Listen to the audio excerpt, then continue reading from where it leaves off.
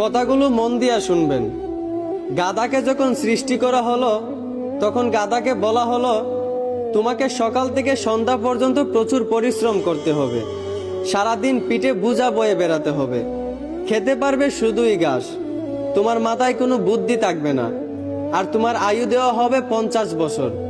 এইটা শুনে গাধা বলল, হে প্রভু, আমাকে 50 বছর না দিয়ে 20 বছর আয়ু দিন, আমি এত বছর বাঁচতে চাই না।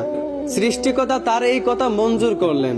তারপর যখন কুকুরকে সৃষ্টি করা হলো তখন কুকুরকে বলা হলো, তুমি হবে মানুষের একজন কাছের বন্ধু, আর তোমার খাবার হবে মানুষের থেকে যাওয়া জুটা খাবার, আর তোমার আয়ু দেওয়া হবে 30 বছর। এইটা শুনে কুকুর সৃষ্টিকর্তার কাছে হাত জোড় করে বলল, হে প্রভু, আমি 30 বছর বাঁচতে চাই না, আমাকে 30 বছর থেকে 15 বছর আয়ু দিন। সৃষ্টিকর্তা তার এই কথাও মঞ্জুর করলেন। তারপর যখন বানরকে সৃষ্টি করলেন তখন বানরকে বলা হলো, তুমি শুধু এই গাছ থেকে ওই গাছে ঝুলতে থাকবে আর মানুষকে বিনোদন দেওয়ার চেষ্টা করবে, আর তোমার আয়ু দেওয়া হবে 20 বছর।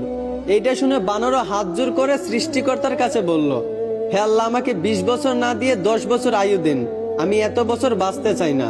সৃষ্টিকর্তা বানরের কথাও মঞ্জুর করলেন। তারপর আসলো পুরুষের পালা। পুরুষকে যখন সৃষ্টি করা হলো তখন পুরুষকে বলা হলো, তুমি হলে প্রাণীদের মধ্যে সবচেয়ে বিচক্ষণ এবং বুদ্ধিমান, এই জন্য তোমাকে প্রাণীদের শিরোমণি করা হলো, আর তোমার আয়ু দেওয়া হবে 20 বছর। এইটা শুনে পুরুষ সৃষ্টিকর্তার কাছে হাত জোড় করে বলতে লাগলো, হে প্রভু, 20 বছর আয়ু একদম কম হয়ে যায়, আমি আরো বেশি দিন বাঁচতে চাই, আপনি বরংস গাধায় যে 30 বছর আয়ুটা ফিরিয়ে দিয়েছিল ওই আয়ুটা আমাকে দিয়ে দিন, আর কুকুর 30 বছরের মধ্যে যেই 15 বছর আয়ুটা ফিরিয়ে দিয়েছিল ওই আয়ুটাও আমাকে দিয়ে দিন, এবং বানর 20 বছর থেকে যেই 10 বছর আয়ুটা ফিরিয়ে দিয়েছিল ওই আয়ুটাও আমাকে দিয়ে দিন।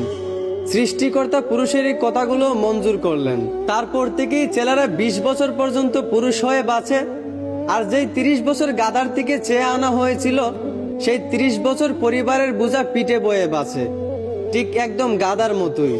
বাকি 15 বছর সন্তানরা যা দেয় তা খেয়েই বাঁচতে হয়। যেমন একটা কুকুরকে মানুষ যা দেয় তা খেয়েই বাঁচে, ঠিক তেমনি একটা পুরুষও বাকি 15 বছর এইভাবেই কাটাতে হয়, ঠিক একটা কুকুরের মতোই।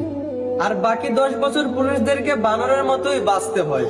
বানর যেমন এক ডাল থেকে আরেক ডালে ঝুলাঝুলি করে এবং মানুষকে বিনোদন দেয়, ঠিক তেমনি পুরুষদেরকেও বাকি 10 বছর বাঁচতে হয়, একবার ওই সন্তানের কাঁধে ঝুলে, একবার ওই সন্তানের কাঁধে ঝুলে, এবং নাতিদেরকে বিনোদন দিয়ে এইভাবেই বাকি 10 বছর বাঁচতে হয়।